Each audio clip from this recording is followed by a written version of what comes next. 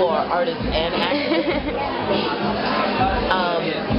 In terms of being proactively, like, I'm here to help people through my art, like, interacting with people, because some artists, all they can do is be like, my gift is to create my art.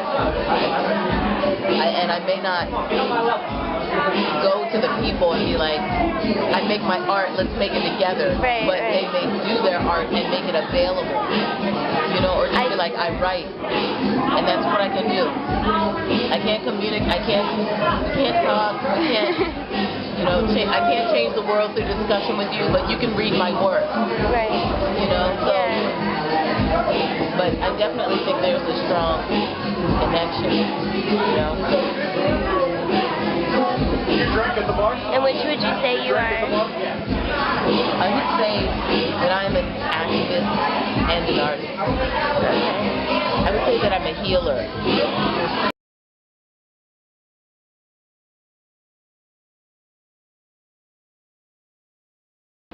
What I'd like to say most of all is that my art, it is considered black art. I think anytime that you paint an African American or a black person on a canvas, it's automatically considered black art. And I get questioned like, well, you know, why don't you paint white people or other nationalities? But I found myself being defensive at the time, you know, and trying to come up with an answer, trying to appease. But then I thought, like, how many white artists get asked why don't they paint black people? You know? So what I'm trying to do with art is go on a journey and try to find answers to myself, to the world around me, to things that I have questions about. At this point in time, it is much, much, much a self-inspection and journey.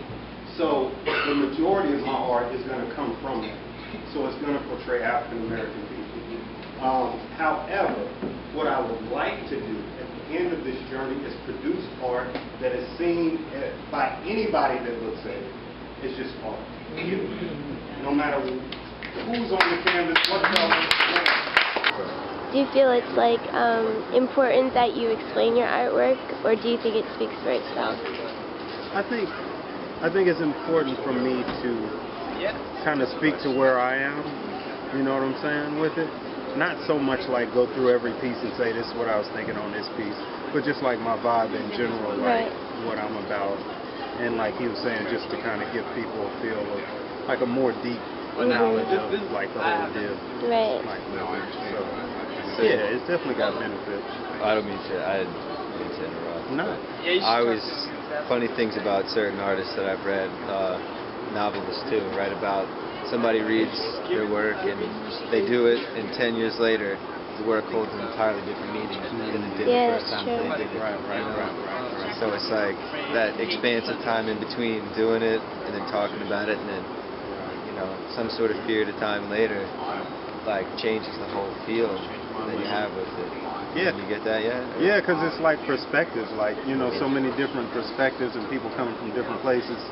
Looking at this one piece, it can mean so many different things too.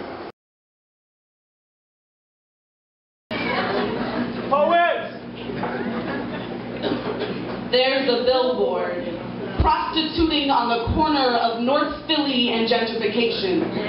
A photo of an upside-down football helmet with a naked woman's tan, shaven legs peeking out the top. The heading reads, "College football's never been dirtier." Over this provocative picture, with a purple Sharpie, a stranger has written, "This is what rape culture looks like." A girl's legs raised wide open like field goal posts, wanting a wide receiver to catch us. When we have fumbled, weak on our knees, we grow tired of being mistaken for a football or an easy pass. Don't we love the aftertaste of misogyny? Picking it out from between the generational gap, it keeps coming back. These places where the chances of divorce and rape share the same ratio, and daughters wear their absent daddy's names on their ass as if to advertise that coming back is a fat chance. We are women who watch women for sport, afraid my shelf life will expire before yours. Our shift is never over. We compete with commercial breaks, wear micro mini skirts so at least some something can be shorter than his attention span. Rape culture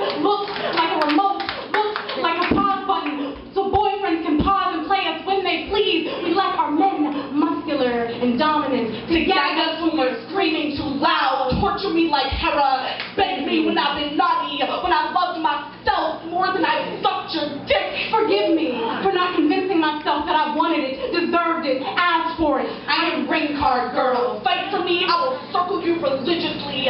Show me your tackle and I'll cheer, screaming over the stage of my cleavage. I am woman. Advertising cleaning commercials? Am I that dirty daddy that you can't pick up the mop yourself? Is this what great culture looks like? A lot of it comes from just things within our environment. We understand that, like, we're not only representing ourselves when we hit the stage, but we're also representing complete generations of women, centuries of women who have been, you know, like, stifled in their growth and in their freedom of expression. And that's really what we take, like, what is it? She has a poem. My partner, she has a poem. It's called Skinny Jeans. And it's about a court case that happened in Italy where a woman was raped and there was a trial. But what happened was the judge let the man go free because he pleaded that the woman had on skinny jeans, so he just couldn't resist. And then there was like an entire law that was actually like put into place where men were allowed to say, oh, she had on skinny jeans. Right. And that's how they would get off. You know, Yeah, way to say it. But yeah, and that she has an entire poem about that. And of course, it's not her own experience, but it's also, we understand that we have an ability to write creatively and to inform people. You have a voice. Yeah. So why not? Why not tell people about somebody else's story? It's just as important as our own. You know. What issues would you say are most pressing to you, or that you feel, are more potent? There's so many issues. Like, I just keep trying to imagine a perfect world, and we're not there yet. And I really do believe that it is possible to get to a more utopic world.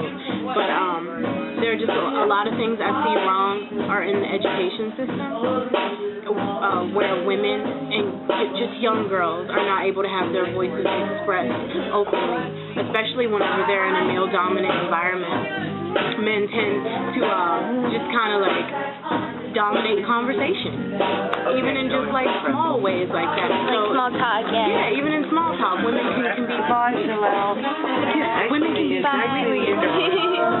women can be completely undermined. And my thing is that I believe, like, as a feminist, that there's equality for all. That's what we need to strive for, is making a more equal world where we understand that, like, each person is unique and individual, but in a good way. You know what I'm saying? Absolutely. So, I would say, like, some of the most pressing issues are within our youth, and we have to be able to cultivate these youth better, because that's where it starts. That's how we pass on stigmas. That's how we pass on stereotypes. But it's also a way where we can pass on beauty and knowledge and embrace different cultures and ethnicities and appreciate different things about people, build a stronger bond within our community. You know? So yeah, I think that it would start with the schools.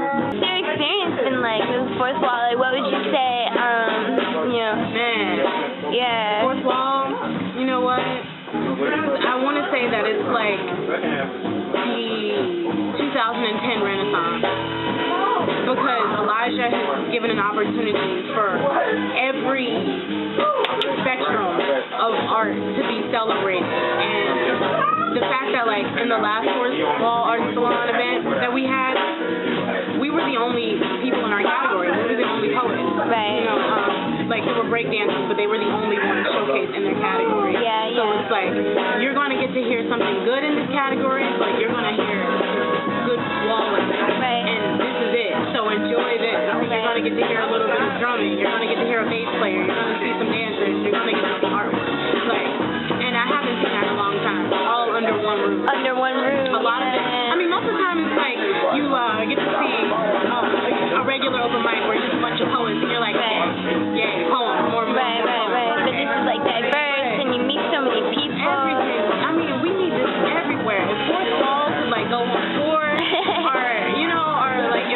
like get organizations started